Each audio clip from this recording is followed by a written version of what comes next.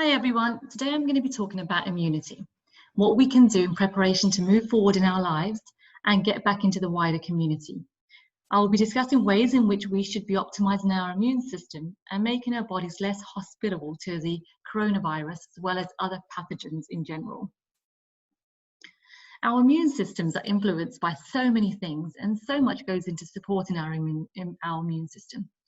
I'll be talking about what makes up the immune system. I'll be talking about sleep, exercise, nutrition, supplements, hydration, emotional states, autoimmunity, and resilience. Through the immune system, our body defends itself against invaders such as bacteria and viruses. The immune system is made up of the external and the internal defense systems. Externally, we have barriers such as the skin, mucus, saliva, tears, and nasal hair. The last couple of months, we have been practicing social distancing, staying at home, wearing masks if we needing to be close to others, as well as washing our hands thoroughly or using hand sanitizer. These are all ways to help with the external immune system. We then have the internal immune system, the immunological cells that fight the invaders. The first line of defense is the phagocytes and the natural killer cells. Phagocytes, such as macrophages, identify the invader and engulf it. Natural killer cells identify and eliminate virus and cancer cells as quickly as possible. And then we have our second line of defense, which is our T and our B cells. And here we build up memory and the antibodies. So if our body comes up against something again, our body will recognize the cells and eliminate them as quickly as possible. You may have heard about the plasma donations as a way to help COVID-19 patients. Those that have fully recovered from COVID-19 will have produced antibodies against the virus, and so their blood plasma has been used to treat other COVID-19 patients. These blood cells are made in the bone marrow. When your doctor checks your complete blood count, they're looking to see if these cells are in the appropriate proportions and balanced. The immune system really is throughout the whole body, including the thymus, appendix, and lymph nodes. And as we go through the talk, I hope you gain a good understanding of what you can do and why to improve the function of all aspects of your immune system. Okay, so to sleep. Sleep is a #1 factor to help with immune system function. What do we do when we get sick? We sleep, or in case you don't listen to your own advice, you've probably had others tell you to do so. And it's because our immune systems can work at their best then. Melatonin, the hormone of darkness, is produced when we sleep. It's also an enhancer of natural killer cells, as well as macrophages. And so by sleeping, we increase the immune cell activity. For people that wake up at night, it can stop them from getting a good night's sleep. It's important to work on correcting this so that you get a good night's sleep. Some people may have hyperglycemia, low blood sugar during the night, and so they may want to look at ways to make sure they're getting an appropriate calorie count during the day, look at the right proportions of macronutrients, eliminating simple sugars, or increasing the amount of protein during the day or even in the evening to make sure that they have a sustainable energy throughout the night. For other people, waking up during the night can be due to needing to pee or possibly because of pelvic floor or prostate issues. These can be looked at in more detail to figure out the cause and address it. Sleep hygiene. In the past videos, I've discussed ways to improve sleep. Make sure to get 7 to 9 hours sleep a night. This really is important because it helps the brain to rebalance, and brain health is closely linked to immune system. 7 hours really is a cutoff because 7 hours is needed to get a proper flushing out of the neuronal waste products such as amyloid and tau from our brain and into the lymphatic system. With less than 7 hours sleep, we get an accumulation of these waste products, which can lead to increased oxidative stress and inflammation in the brain, and so negatively affect the immune system. Look at ways to maximize sleep by using white noise, having a cool and dark room, using gravity cooling blankets, using blue light blocking glasses, minimize screen time 2 to 3 hours before bed. You don't have to make all the changes at once. Choose one and gradually build from there. Exercise has a major effect on the immune system.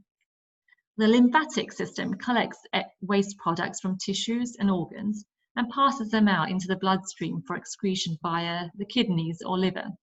But the lymphatic system doesn't have a pump like our cardiovascular system does, and so it relies on a pressure system. This is created by movement, and it helps the immune system communicate and then flush out waste products. The feel-good effect of exercise is because of the activation of dopamine, the happy hormone receptors, and this increase in opioid production also has a positive effect on the immune system. Exercise increases oxidants, which are reactive molecules that can cause inflammation in the body. But following that increase in oxidants is a massive surge in antioxidants, which are protective for the body. So it's really important to find out how much exercise works best for each person and what the happy balance really is for you, so that you don't overdo it and don't put the extra burden on your body, especially if you already have certain insufficiencies. Start slowly and build up your tolerance. A brisk 30-minute walk in nature is great for everyone. Should you exercise if you feel ill?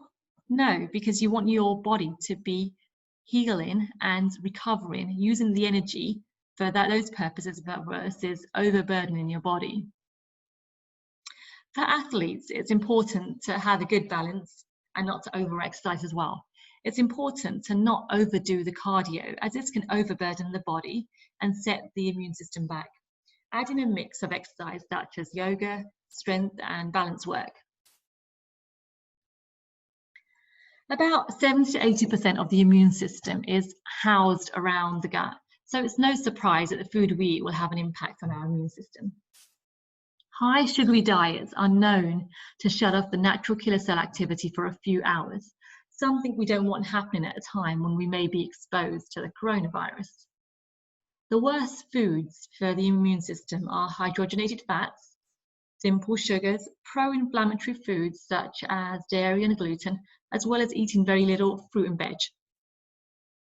Avoid meals that make you feel tired or give you any symptoms. Try to be aware to see and feel the connections between the foods you're eating and if they are causing you to feel a particular way. With us being on stay-at-home orders for a while, we have been at home, and what have we been eating? This is a perfect chance for us to really focus on our food and have more control over it and really see what we're putting into our bodies. Increase your consumption of foods with flavonoids such as citrus, ginger, green tea, berries and apples. Flavonoids are a group of phytonutrients found in almost all fruits and veg. They're powerful antioxidants. They decrease inflammation and oxidative stress and help heal the gut and so boost the immune system. Another way to boost the immune system is to increase the diversity of fruits and vegetables, which will increase the diversity of your gut microbiome. Aim for 15 to 20 different fruits and veg. One way to get a lot in would be to make a smoothie. Remember to chew your smoothie as well to make sure you digest it as well as possible. Ideally, we want to get our nutrients from food and the sun, but we know that this is not always the case, and so supplementation is helpful. Vitamin C boosts the natural killer cells activity. Vitamin A is an anti-inflammatory vitamin, and vitamin D helps to modulate the immune responses. They are all critically beneficial to the immune system. It's important to not superdose, but rather be consistent with taking your vitamins. Flavonoids are powerful antioxidants, as we just talked about. Preferably get them from your diet, but they can be supplemented if need be. Be careful with botanicals, as they can boost the immune system up too much, which may be a concern if there's any autoimmunity present, as this can cause a person to move further into autoimmunity and so cause destruction of their organs. Echinacea is the most researched and safest, though it's important to use it periodically rather than all the time. The lung barrier is an important structure for the immune system, and it requires certain nutrients. Vitamin A is very important, as well as glutathione, which is an antioxidant. It can be supplemented, but it's more beneficial to increase the natural production of glutathione, which can be enhanced through eating sulfur-containing foods such as cruciferous vegetables and onions, and making sure you have enough vitamin Bs or enough B vitamins even to help with this process. Short-chain fatty acids are an important part of supporting the immune system. It's because they're so anti-inflammatory. Bacteria feed off the fiber we eat and naturally produce short-chain fatty acids in our gut. This is another reason why we need to have a diverse gut microbiome. But for people who may be dealing with small intestinal bacterial overgrowth, they may not be able to handle high fiber diets well, and so they can benefit from supplementing with short-chain fatty acids. Okay, so on to hydration. It's very important to ensure adequate communication in the immune system, and we previously discussed the importance of the lymphatic system and how it depends on pressure for waste to be flushed out. And so for this to happen effectively, we need to have a good viscosity and fluidity in our bodies. It's suggested that we drink about half our body in pounds, in ounces of fluid. So, for example, if you weigh 140 pounds, you'd want to drink 70 fluid ounces of water. Minimize alcohol and caffeinated drinks because of their dehydrating effect. If you're feeling thirsty, you're probably already dehydrated. So it's important to really avoid getting to that point. Having a hydration routine is really helpful. You can measure out your water in the morning so that you can keep track of how much you need to drink throughout the day. Add in some lemon, lime, aloe vera, ginger, and apple cider vinegar. They are all great for the gut and immune enhancing, and they taste great too. Another great way to be able to get in some fruits and veg. So, emotional states. As much as we may want to follow the news and see what's going on, we have to bear in mind that fear, doubt, and anxiety can be deceptively encouraged by the news channels in order to capture our viewership. But these emotions are not good for the immune system and impact it negatively. Stay away from watching news channels. Go to the CDC website for information and stats. Laughing has a direct effect on opioid production, as well as priming the immune system cells, all having a boosting effect on the immune system. So watch a funny movie or funny clips on YouTube. It will make you feel good and help your immune system out at the same time. A good cry can also be helpful if you need it. It can have a positive effect on the immune system, possibly through the release of negative energy. So what's the relationship between immune tolerance and resiliency? We all need some level of inflammation and oxidative stress on a daily basis. They help to stimulate enzymes in the body. That can help to create a healthy body. When we have more inflammation and oxidative stress than our body needs, it becomes imbalanced and we start to get immune dysfunction. What this diagram shows is that as tolerance to stimuli decreases, you start to react to foods, then react to chemicals, and then finally react to your own body, causing autoimmunity. So as your immune tolerance decreases, so does your resiliency. And as inflammation increases, oxidative stress increases, so does the immune dysfunction. Everyone's at some point on this paradigm. Everyone reacts to something at some level. It just may not be causing any significant impacts at the time to warrant you seeking help. So we've discussed various ways that we can work on decreasing inflammation, oxidative stress, and thus immune dysfunction. These all work on improving your immune tolerance and boosting your resiliency. So as we have seen with the coronavirus, the mortality rates in those with chronic disease seem to be higher. Those with chronic disease seem to be directly affected.